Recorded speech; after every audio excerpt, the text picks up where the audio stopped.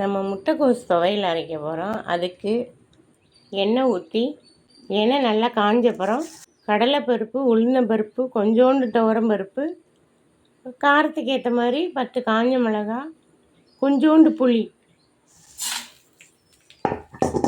போட்டு நல்லா நம்ம வறுத்துடலாம்.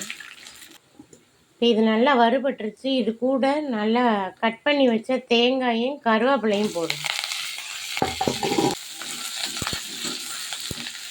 கட் பண்ணி கழுவி எடுத்து வச்சுருக்கிற முட்டைக்கோஸை போட்டுக்கலாம்.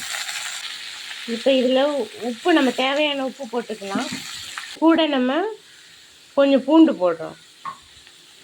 போட்டு எல்லாத்தையும் நல்லா வறுத்துக்கலாம். கோஸு பொரியல் பிடிக்காதவங்களுக்கு இந்த மாதிரி துவையல் அரைச்சி கொடுக்கலாம். இப்போ இது நல்லா வதங்கிருச்சு. இதை நம்ம இறக்கி ஆற வச்சுட்டு அதுக்கப்புறமா அரைச்சிட்டு பார்க்கலாம். இது நல்லா ஆறிட்டு இது நம்ம மிக்ஸி ஜாரில் போட்டு அரைச்சி எடுத்துக்கலாம். இந்த மாதிரி கோஸ் துவையல் சப்பாத்தி, தோசை எல்லாத்துக்குமே நல்லாயிருக்கும். செஞ்சு பாருங்கள்.